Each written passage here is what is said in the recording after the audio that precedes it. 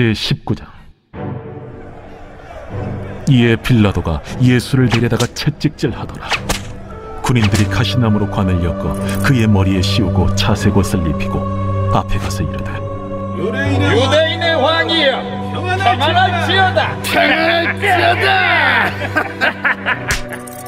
하며 손으로 때리더라. 빌라도가 다시 밖에 나가 말하되, 보라, 이 사람을 데리고 너희에게 나오나니 이는 내가 그에게서 아무 죄도 찾지 못한 것을 너희로 알게 하려 함이로라. 이에 예수께서 가시관을 쓰고 자색옷을 입고 나오시니 빌라도가 그들에게 말하되, 보라, 이 사람이로다. 대제사장들과 아랫사람들이 예수를 보고 소리질러 이르되, 십자가에 못 박으소서! 십자가에 못 박으소서! 너희가 친히 데려다가 십자가에 못 박으라. 나는 그에게서 죄를 찾지 못하였노라. 유대인들이 대답하되, 우리에게 법이 있으니 그 법대로 하면 그가 당연히 죽을 것은 그가 자기를 하나님의 아들이라 함이니이다. 빌라도가 이 말을 듣고 더욱 두려워하여 다시 관장에 들어가서 예수께 말하되, 너는 어디로부터냐? 예수께서 대답하여 주지 아니하시는지라. 내게 말하지 아니하느냐? 내가 너를 놓을 고난도 있고 십자가에 못 박을 고난도 있는 줄 알지 못하느냐? 위에서 주지 아니하셨더라면 나를 해야 할 권한이 없었으리니, 그러므로 나를 네게 넘겨준 자의 죄는 더 크다. 이러함으로 빌라도가 예수를 놓으려고 힘썼으나 유대인들이 소리질러 이르되, 이 사람을 놓으면 가이사의 충신이 아니니이다. 무릇 자기를 왕이라 하는 자는 가이사를 반역하는 것이니이다. 빌라도가 이 말을 듣고 예수를 끌고 나가서 돌을 깐 뜰 히브리 말로 가바다에 있는 재판석에 앉아있더라. 이날은 유월절의 준비일이요 때는 제6시라. 빌라도가 유대인들에게 이르되, 보라, 너희 왕이로다. 그들이 소리 지르되, 그를 십자가에 못 박게 하소서! 그를 십자가에 못 박게 하소서! 내가 너희 왕을 십자가에 못 박으랴. 가이사 외에는 우리에게 왕이 없나이다. 이에 예수를 십자가에 못 박도록 그들에게 넘겨주니라. 요한복음 19장 말씀 함께 살펴보도록 하겠습니다. 요한복음은 예수님의 재창조 사역을 보여주고 있습니다. 하나님께서 창조하신 모습을 예수님이 재현해내시는데요, 하나님이 창조하신 아담과 하와가 범죄함으로 하나님과의 관계가 단절되었습니다. 하나님이 꿈꾸셨던 원래의 그림은 하나님과 인간이 온전히 하나 되어진, 연합되어진 상태입니다. 하나님의 그 사랑의 공동체 안에 인간이 함께 포함되어져서 참된 사귐과 교제하기를 꿈꾸셨죠. 그런데 범죄함으로 이 관계가 단절되었습니다. 하나님께서는 이 사랑의 관계를 회복하기 위해 자기의 아들을 이 땅에 보내셔서 그 죄의 값을 십자가에 못 박게 하심으로 인간을 재창조하십니다. 예수님의 그 재창조는 신부를 얻는, 되찾아오는 신구의 값을 지불하는 이미지로 요한복음에서 그리고 있습니다. 그래서 하나님을 남편으로, 우리 교회를, 우리 성도님들을 신부로 묘사하고 있는 것이죠. 그래서 예수님이 십자가에 달려서 다 이루었다 하였을 때 이것이 하나님의 창조 사역의 완성인과 동시에 신부를 되찾아오는 값을 지불하는 의미를 담고 있죠. 이제 예수님께서 십자가에 달리시기 직전 대제사장들에게 의하여 신문을 당하고 이제 빌라도의 법정에 끌려가 이제 사형 선고, 십자가의 선고를 받게 되어집니다. 어제 함께 보았듯이 이 빌라도의 법정에 이른 새벽에 끌려가시게 됩니다. 빌라도는 예수님에게서 크게 죄를 찾지 못하였습니다. 그가 발견한 것은 이 사람이 진리를 찾는 자이구나, 어떤 정치적인 힘을 만들어서 로마에 대항하려 하거나 이스라엘을 다시 재건하여서 독립운동을 하려는 그런 어떤 정치적 목적의 인물이 아니라 진리가 무엇인지 찾는 이런 구도자 정도로 판단을 한 것 같습니다. 그래서 유월절에 죄인 한 명을 놓아주는 관례에 따라서 예수를 놓아주려고 하였지만 이 빌라도의 법정 앞에 모여 있었던 대제사장의 무리들은 바나바의 이름을 부르며 이 예수를 십자가에 못 박으라고 소리 지르게 되어지죠. 오늘 이 빌라도는 이 성난 군중, 이 대제사장의 무리의 마음을 좀 달래주기 위해서 예수에 대해서 이 매질, 채찍질로 그냥 끝나려고 작정을 하였습니다. 그래서 군인들로 하여금 예수에 대하여 채찍질을 명령하였죠. 이때 이 군인들이 가시나무로 관을 만들어 머리에 씌우고 자색 옷으로 예수에게 입힙니다. 이 모습은 왕의 모습을 흉내를 낸 것이죠. 이 당시 그 유대 땅에 유명했던 연극이 하나 있었는데요. 풍자극이었습니다. 헤롯 아그리빠를 풍자한 연극이 많이 상영이 되고 또 사람들이 인기를 얻었다고 합니다. 우리 성도님들이 아실만한 그 영화 중에 왕의 남자라고 있습니다. 이 남사당패가 그 광해군을 이제 풍자하여 이 많은 민초들에게 즐거움을 줬던 그런 이제 풍자극이었는데 이것이 문제가 돼서 이제 감옥에 끌려가게 되어지는 뭐 그런 이야기죠. 그래서 사람들에게 웃음거리가 되고 풍자거리가 되었던 이 헤롯 아그리빠의 모습이 이제 그 당시에 연극으로 만들어졌었는데 그 연극을 흉내낸 게 오늘 예수님의 이 그 매맞는 장면이라고 볼 수 있습니다. 그래서 머리에 가시면류관을 씌워주고 자색 옷으로 왕의 모습으로 만들어서 유대인의 왕이여라고 하면서 이 조롱을 하는 것이죠.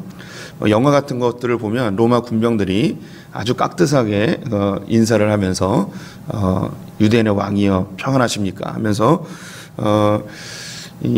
그 인사를 하고 나서는 또 강하게 매질을 하는 그런 모습을 영화에서 보곤 합니다.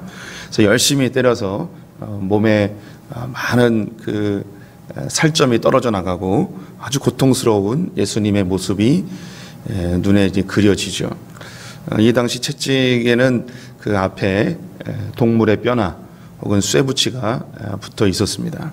그래서 이 채찍을 가하면 이 쇠붙이나 동물의 뼈가 살을 파고들죠. 그리고 잡아 당기면 살점이 뚝뚝 떨어져 나가는 그런 아주 처참한 그런 매질이었습니다. 이렇게 뭐 거의 사람이 뭐 졸도할 정도의 이런 매질을 하게 되면 대제사장의 무리들이 충분히 수용하고 됐습니다. 이제 그 정도 때렸으면 저 예수도 정신 차렸을 테니 이제 이 예수를 놔줍시다. 뭐 이렇게 얘기할 줄 알았는데 그게 아니었습니다. 우리에게 죽일 수 있는 권한만 있었으면 벌써 죽였다고. 우리의 법으로 한다면 저놈은 벌써 죽어도 몇 번은 죽었다고 이야기를 하는 것이죠. 7절 말씀을 보시면 유대인들이 대답하되 우리에게 법이 있으니 그 법대로 하면 그가 당연히 죽을 것은 그가 자기를 하나님의 아들이라 함이니이다. 살점이 뚝뚝 떨어져 나가며 온몸에 피를 철철 흘리고 있는 예수를 보면서 이제 됐지 않았냐? 이제 풀어줘도 되지 않냐? 라고 빌라도가 얘기합니다. 그런데 아니라고. 우리의 법으로 하면 벌써 죽었다고. 스스로 하나님의 아들이라고 하는 저놈은 죽어 마땅하다고. 빌라도는 예수를 보면서 죄를 찾지 못하는 거예요. 그래서 다시 묻죠. 너는 어디로부터 왔냐? 너의 나라는 어디냐? 네가 유대인의 왕이냐? 정말 하늘로부터 온 자냐? 라고 다시 묻습니다. 그런데 아무 말도 하지 않아요. 그랬더니 빌라도가 안타까워하면서 약간은 짜증을 내면서 10절에서 이렇게 이야기합니다. 빌라도가 이르되 내게 말하지 아니하느냐? 내가 너를 놓을 권한도 있고 십자가에 못 박을 권한도 있는 줄 알지 못하느냐? 내게 얘기해라. 나는 유대인의 왕이 아니고 저 하늘에 속한 왕이다. 네가 아까 나에게 얘기한 것처럼 그렇게 얘기해봐라. 그러면 한 번만 더 얘기하면 내가 풀어줄 텐데 왜 그걸 얘기를 안 하냐? 나한테 권한이 없는 줄 아냐? 내가 너를 살릴 수도 있고 죽일 수도 있다 하며 예수를 죽이는 것에 대해서 안타까워하면서 이 이야기를 하죠. 그때 예수님이 아주 강력한 이야기를 합니다. 11절에 예수께서 대답하시되 위에서 주지 아니하셨더라면 나를 해야 할 권한이 없었으리니 그러므로 나를 내게 넘겨준 자의 죄는 더 크다 하시니라. 예수님이 네가 나를 죽일 수 있을 거라고 생각하니 네가 나를 죽일 수 있는 권한이 있을 거라고 생각하니 그게 아니야. 하나님께서 허락하지 아니하시면 나를 그 누구도 죽일 수 없어. 내가 죽는 것은 하나님의 뜻이지 너의 뜻이 아니야 라고 이야기합니다. 즉 예수님은 무엇을 강조하고 있냐면 나를 통치하는 자는 네가 아니야. 로마의 황제도 아니고 로마의 총독도 아니고 나를 통치하시는 분은 하나님이시다. 그래서 하나님 앞에 범죄하는 그들은 엄청나게 큰 죄를 짓고 있다라고 이야기합니다. 그들의 죄를 15절에서 스스로 고백하고 있습니다.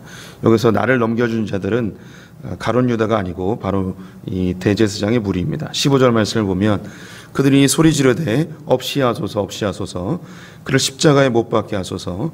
빌라도가 이르되 내가 너희 왕을 십자가에 못 박으랴. 대제사장들이 대답하되 가이사 외에는 우리에게 왕이 없나이다 하니, 이 대제사장들이 빌라도에게 이야기하기를 가이사 외에는 우리에게 왕이 없습니다. 우리는 대제사장들이 뭐하는 사람들인지 알고 있습니다.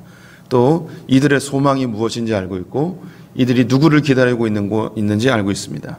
그리고 이들이 누구와 싸우고 있는지도 우리는 알고 있습니다. 대제사장들은 메시아를 기다리고 있었고 그들은 하나님만 섬기는 자들이라 이야기하고 로마로부터 빨리 풀려나기를 열망하고 있었고 메시아가 와서 그 일을 해주길 바라고 있었고 로마의 황제는 그들의 왕이 결코 아님을 늘 이야기하였습니다. 그런데 예수를 죽이기 위해서 이 대제사장들이 스스로 하는 이야기가 뭐냐면 가이사 외에는 우리에게 왕이 없습니다. 이 이야기를 바꿔 말하면 이제 가이사가 우리의 왕입니다. 그들은 하나님을 왕으로 섬기는 자들이었는데 메시아를 왕으로 섬기는 자들이었는데 우리의 왕은 가이사입니다 라고 왕을 바꿔버립니다. 자신들의 목적을 이루기 위해서라면 주인도 바꿔버릴 수 있었습니다. 오늘 이 빌라도의 법정에서 왕은 가이사로 등장합니다. 빌라도 역시 가이사 로마의 황제를 자기의 왕으로 섬기고 있습니다. 이 대제사장들도 입으로는 하나님이 우리의 왕이십니다라고 이야기하였지만 그들의 내면 속에는 가이사가 왕으로 비춰지고 있습니다. 그런데 예수 그리스도만이 하나님이 나의 왕이십니다라고 고백하는 분이 되는 것이죠. 빌라도에 대한 이야기를 몇 번 해드리긴 했는데 빌라도는 출신이 비천한 로마의 군병이었습니다. 그는 입지전적으로 로마의 총독까지 오르게 되어졌었는데요.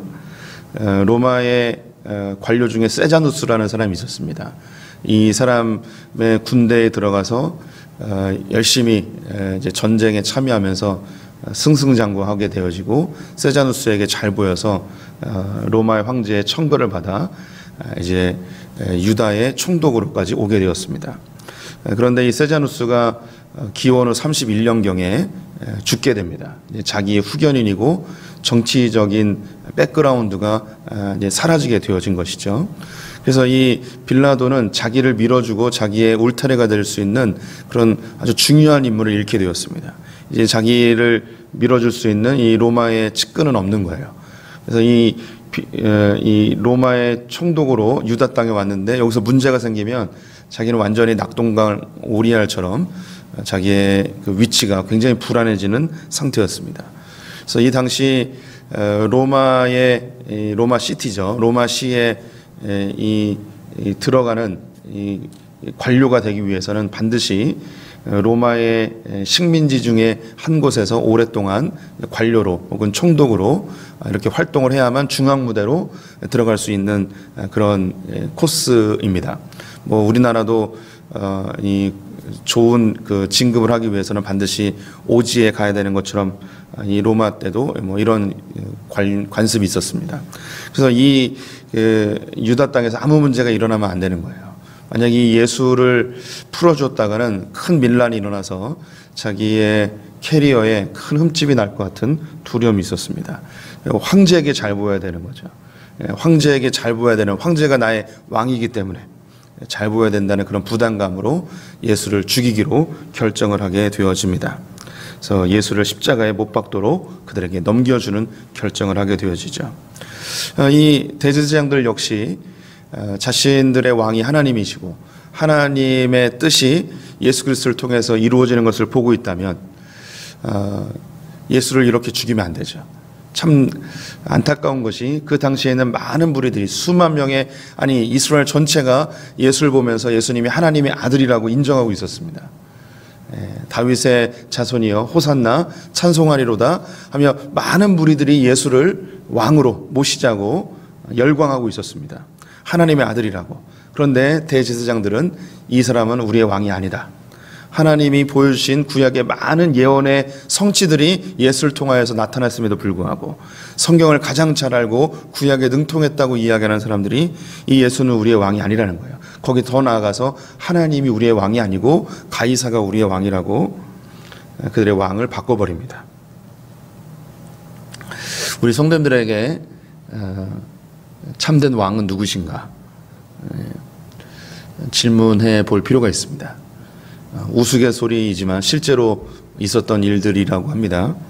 교회에서 분쟁이 일어나고 목사편, 장로편 해서 법정 싸움까지 막 갔다고 합니다. 그래서 이 재판장이 법관이 그 서로 죽기 살기로 싸우고 있는 목사와 장로들에 대해서 아니 성경에 서로 용서하고 사랑하라고 하는데 왜 같은 교인들끼리 사랑하지 않고 용서하지 않습니까? 했더니 거기 있던 교인들이 하는 이야기가 성경은 성경이고요. 저놈은 죽여야 마땅합니다. 이렇게 이야기했다고 합니다. 우스갯소리가 아니고 실제로 있었던 이야기라고 하네요. 성경은 성경이고. 예. 저도 뭐 목사이다 보니까 교회 분쟁을 여럿 봅니다. 또 우리 노회 내에서도 이 재판까지 가고 목사를 쫓아내고 목사를 감금하고 이런 일들도 이제 보게 됩니다. 설교를 못하게 사무실에 가둬버리고 이런 일도 있었습니다. 경찰이 출동하고 그렇죠. 그들에게 왕은 더 이상 하나님이 아니죠. 우리의 왕은 나 스스로가 왕이 될 때가 많이 있습니다. 우리는 하나님을 나의 하나님으로 예수를 우리의 왕으로 고백한다고 하지만 어떤 갈등이나 이익이나 이런 상황이 놓였을 때에 하나님은 온데간데 없이 사라져버리고 내가 결정하고 내가 판단하는 대로 내가 스스로 왕이 되어 살아갈 때가 있습니다. 또는 누군가의 눈치를 보며 지배당하고 하나님이 뭐라고 말씀하시는지 내가 주님 앞에서 자율자로 판단하지 못하고 끌려다니는 상황에 의해서 어쩔 수 없이 행해버리는 우리의 연약함을 보게 되어집니다. 죄 지은 사람들이 흔히 하는 얘기가 어쩔 수 없었다고 당신도 내 입장이 돼보라고 이런 이야기를 많이 할 수 있겠죠. 빌라도도 똑같습니다. 너도 내 위치에 있어 보라고 여기서 예수를 어떻게 풀어주냐고 죽일 수밖에 없었다고 똑같이 이야기하겠죠. 오늘 이 본문은 우리에게 질문하고 있습니다. 너의 왕은 누구시냐? 오늘 본문에서 한 가지만 더 언급하고 마무리해 보도록 하겠습니다. 예수님이 죽는 잡혀 판결받는 시간이 오늘 본문에 나오는데요. 14절에 보면 이 날은 유월절의 준비일이요 때는 제6시라 빌라도가 유대인들에게 이르되 보라 너희의 왕이로다. 이 유월절 준비일 제6시에 빌라도가 예수님에 대해서 십자가에 못 박으라고 판결을 내리게 됩니다. 근데 여기서 이 시간이 다른 본문들과 충돌이 되어서 혼란을 일으키는 본문인데요. 그래서 제가 우리 성도님들에게 간략하게 설명해 드리면서 마무리하도록 하겠습니다. 그래서 유월절의 준비일이라고 하면 유월절을 지키기 전날로 보여집니다. 그래서 유월절이 1월 15일이거든요. 그래서 유월절 전 준비일이면 6월 14일입니다. 그런데 이미 14일 날 세족식도 했고 유월절 만찬도 다 했습니다. 그런데 또 유월절 준비일이라고 하니 이 본문이 충돌이 됩니다. 그래서 이 유월절 준비일은 어떻게 이해하셔야 되냐면 유대인들에게 유월절은 유월절 1월 15일이 아닙니다. 유월절은 무교절과 합하여서 일주일을 무교절이라고 합니다. 초막절 역시 그냥 초막절 하루가 초막절이 아니에요. 7월 15일이 초막절이 아니고 초막절 지키기 위한 일주일이 전체가 초막절입니다. 그리고 이제 이 맥주감사절도 맥주감사절이 그 오순절날 그날 말이 아니고 그 한 주간 전체가 이 맥주절입니다. 그래서 6월절의 준비일이라고 하면 6월절 주간의 준비일이라고 이해하시면 좋습니다. 그럼 6월절 주간의 준비일이 뭐냐면 6월절 다음 날이 안식일입니다. 그래서 안식일 전날. 그래서 이 6월절 다음 날이 안식일인데 이제 이 6월절 준비일이니까 금요일입니다. 그래서 다른 본문에 있는 1월 15일 금요일 날 예수님이 돌아가시는데 그 날짜와 충돌되지 않습니다. 그래서 6월절의 준비일은 6월절 주간의 준비일로 이해하시면 좋고요. 여기서 제 6시는 로마 시간으로 6시입니다. 이제 새벽 6시인 거죠. 그래서 예수님은 6월절 만찬을 즐기시고 제자들과 함께 하시고 겟세마네 동산에서 기도하시다가 잡혀서 안나스의 집에 끌려가 신문을 당하시고 새벽 이른 시간에 빌라도의 법정에 와서 판결을 받으시고 6시에 십자가에 못 박으라고 판결이 되고 이제 9시에 십자가를 지시게 됩니다. 그리고 오후 3시에 돌아가시게 되는 것이죠. 이 시간적인 상황이 우리에게 어떤 메시지를 주지는 않습니다. 하지만 이것이 실제적 사건이었고 역사적 사실이었음을 보여주는 증거로 성경이 기록이 되어져 있습니다. 빌라도는 자신의 입지 때문에 어쩔 수 없이 예수를 죽였습니다. 그를 끌고 가는 것은 로마의 황제도 아니었고 자기의 성공, 자기의 입지였습니다. 대제사장들도 하나님을 왕으로 섬기지 않고 가이사를 우리의 왕이라 이야기하면서 하나님을 왕에서 제외해버리는 상황이 되어버렸습니다. 이 본문에서 하나님을 온전히 왕으로 섬기는 분은 예수 그리스도밖에 없습니다. 우리 성도님들, 우리의 삶의 진정한 주인이 누구신지 우리의 입술에 참된 고백이 있었으면 좋겠습니다. 하나님만이 우리의 왕이십니다. 우리의 통치자시고 하나님이 허락지 아니하시면 그 어떤 것도 우리에게 일어나지 아니함을 우리 성도님들 고백하였으면 좋겠습니다. 기도하겠습니다. 하나님, 우리는 때로 상황에 의해서 어쩔 수 없다고 이야기하며 범죄할 때가 많이 있습니다.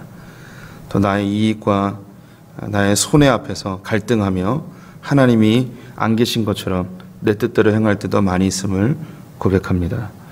하나님,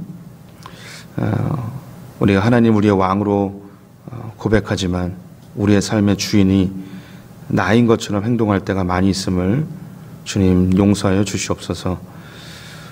우리의 삶의 참된 왕이신 하나님만 섬기는 소풍의 성도들 다 되길 간절히 소망합니다. 우리를 긍휼히 여겨주시고 오늘 하루를 의탁드리며 예수님의 이름으로 기도드렸습니다. 아멘.